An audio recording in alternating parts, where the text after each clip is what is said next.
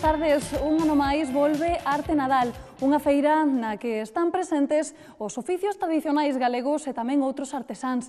Pero, ademais, é un moi bo momento para ver a eses artesáns traballando en vivo, en directo, coas mans na masa e, ademais, para coñecer as últimas novidades, porque a artesanía tamén se reinventa. Este é un dos temas que imos abordar hoxe en De Tarde en Tarde, pero temos máis, así que imoslos amosar todos no noso sumario neste programa cargado de contidos de Nadal. A Praza da Soidade é o escenario de Arte Nadal, unha feira con 25 postos que se celebra por 9º ano consecutivo.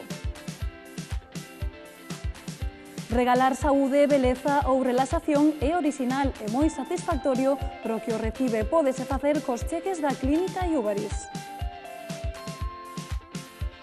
A maquillaxe é unha parte moi importante do noso look para as festas.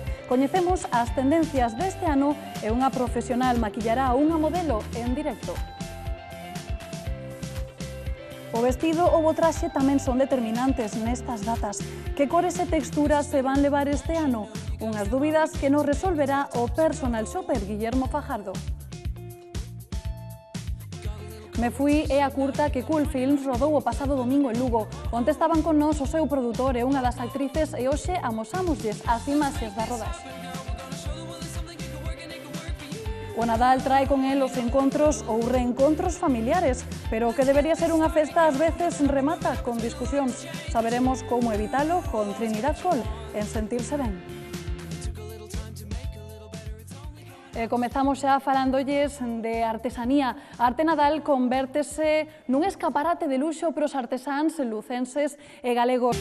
Moi boas tardes. No Nadal temos a encomenda de facer agasallos ou ben de pedirllos ao Papá Noel ou aos Reis Magos, pero se o pensamos moi ben, ademais de facer felices a esa persoa receptora dese regalo, podemos facer felices a outras moitas persoas que ademais poden ver mellorada a súa calidade de vida. Falámoslles dos agasallos solidarios, eses que se poden adquirir en distintas tendas de ONGs ou de outras entidades. Este é un dos temas que imos abordar hoxe en De Tarde en Tarde, pero temos máis, resumímoslos todos, como sempre, no sumario. Moi boas tardes. O 70% das experiencias de negocio internacional fracasan por erros ou por diferenzas culturais. Todos os detalles son importantes, dende a confección dun menú para unha comida de traballo ata un pequeno xesto. Nos hoxe imosles falar dunha iniciativa na que se tenta formar os cativos na intelixencia cultural, pero antes resumímoslle os temas de hoxe en De Tarde en Tarde no sumario. Boas tardes. Mañá conmemórase o Día Internacional contra a Violencia de Xénero, unha data na que se pretende amosar o rexeitamento contra esta forma tan brutal de desigualdade. Un dato, no que vai de ano morreron en España 54 mulleres a mans dos seus homes ou das súas parellas sentimentais, e desas 54 mulleres, 14 presentaran unha denuncia. Este é un dos temas que imos abordar hoxe en De Tarde en Tarde, un programa que vai estar centrado en boa parte nesta problemática abordada dende distintos puntos de vista, o xurídico, o institucional e o emocional, pero ademais temos outros temas que imos abordar e imos resumir todos no sumario. Boas tardes. Non hai Nadal sen Belén de Begonte, ou máis ben, o Nadal non é o mesmo sen este Belén electrónico.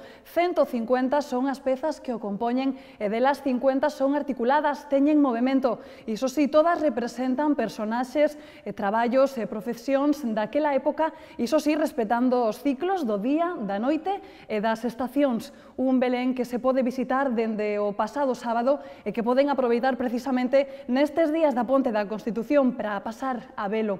Este é un dos temas que imos abordar hoxe en De Tarde en Tarde, pero temos máis, imos resumir todos, como sempre, no sumario.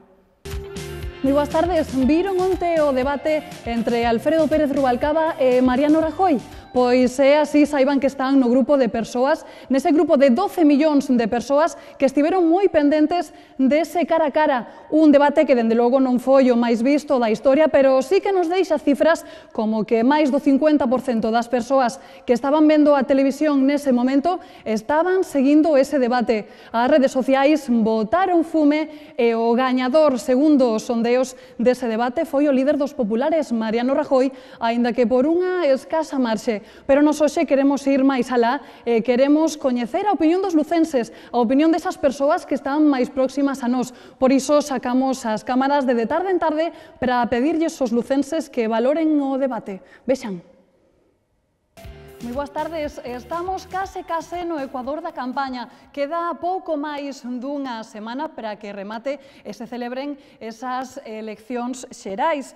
E os políticos, os candidatos, seguen despois do debate do luns coa súa rutina diaria do que implica a campaña, é dicir, os mítins e os actos políticos nos que tentarán convencer os electores, especialmente aqueles que aínda non teñen decidido o seu voto. Nos, de tarde en tarde, xa lles anunciábamos o pasado luns que íamos analizar a campaña dende distintos puntos de vista. O luns falábamos da imaxe dos políticos e hoxe queremos centrarnos en saber como se expresan, como falan, como comunican. Este é un dos temas que imos abordar hoxe, pero como xa saben, ímosllelo resumir todos no noso sumario. Boas tardes. Resultados históricos os que se acabaron onte nas eleccións xerais. Históricos por varios motivos. Por unha banda, o Partido Popular conseguía a maior representación no hemiciclo de toda a historia do partido e conseguía ao mesmo tempo unha maioría máis que holgada, con 186 deputados. Por outra banda, estaría o Partido Socialista, que rexistra os peores datos de toda a historia da democracia, con 110 deputados.